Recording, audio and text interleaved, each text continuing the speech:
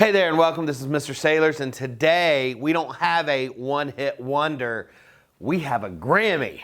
What do I mean by that? This is a big, important topic that will be on the test.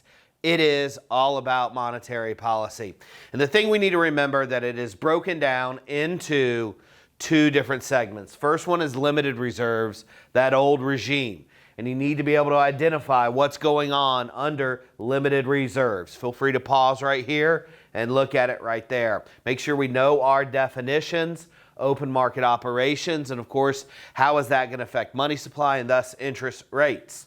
One other thing, all these interest rates will go in the same direction.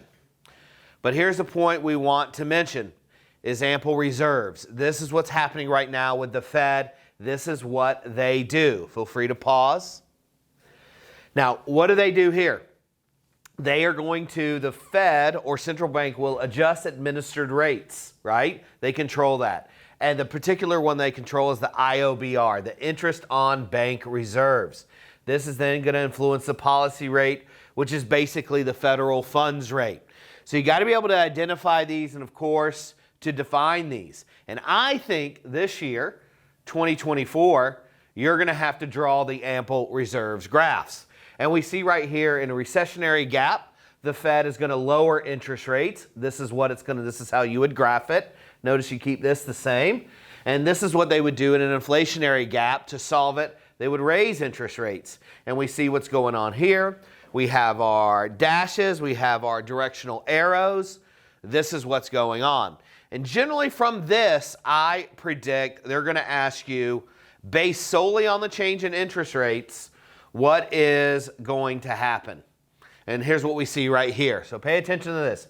In the short run, we see that interest rates affect aggregate demand in the short run. In the long run, interest rates will affect economic growth or LRES or LRPC or the PPF. So you've got to know. So if interest rates go up, you would write the explanation, investment goes down and the purchase of capital goods goes down. So there's a lot of great information in this Grammy, I would say. One last tidbit is right here. If they ask you to explain what happens to the unemployment rate, this is kind of what you would write. The unemployment rate decreases because AD increases and output increases. You got to put what's going on with output to explain what happened to the unemployment rate. Mention all those chain of events, right? We'll see you next time on One Hit Wonders.